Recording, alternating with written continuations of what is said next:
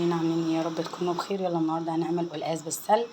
احنا عملناه السنه اللي فاتت، بس المره دي بقى ايه هنعمله بقى بسبب ان ناس كتير قوي بعتالي ان هم عايزين طريقه القلقاس بالسلق. بس لو اول مره تشوفوني ما تنسوش تعملوا لايك وشير عشان الكل يستفيد. انا هنا حطيت شوربه اهي بتغلي وهنزل عليها بالقلقاس زي ما انت حابه تحطي اي كميه انت عايزاها. وطبعا السنه اللي فاتت انا عملت طريقه الغسل بتاع القلقاس.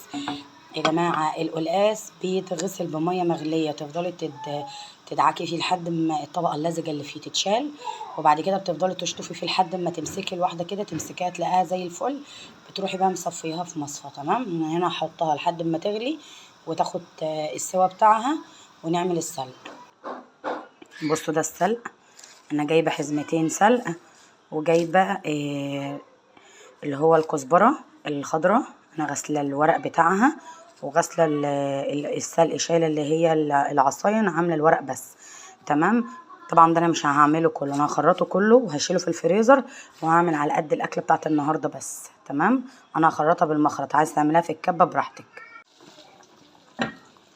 بصوا بقى الجمال. على فكره بص زبده، حرفيا زبده. الزبده بقى هنزل بفصين توم. طبعا التوم ده يا جماعه على حسب ذوقك في الاكل، ما بجبركيش على اي حاجه، بس انا عشان ما بحبش التوم الكتير فبتعب منه. انا اخري فصين توم ويبقى حلو قوي. بقى بالسلق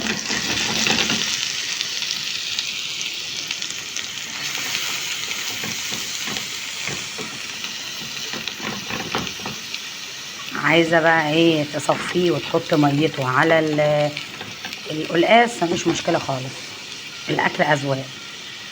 بصوا بقى انا عملته. بسم الله. اوعوا تفتكروا ان هو هيعمل طشه زي الملوخيه يا جماعه.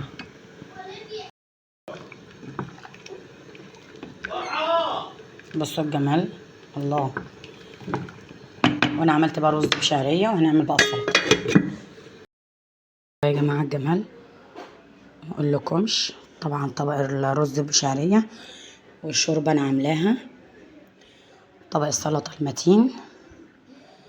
ولو الفيديو عجبكم ما تنسوش تعملوا لايك وشير وتجربوه. السلام عليكم.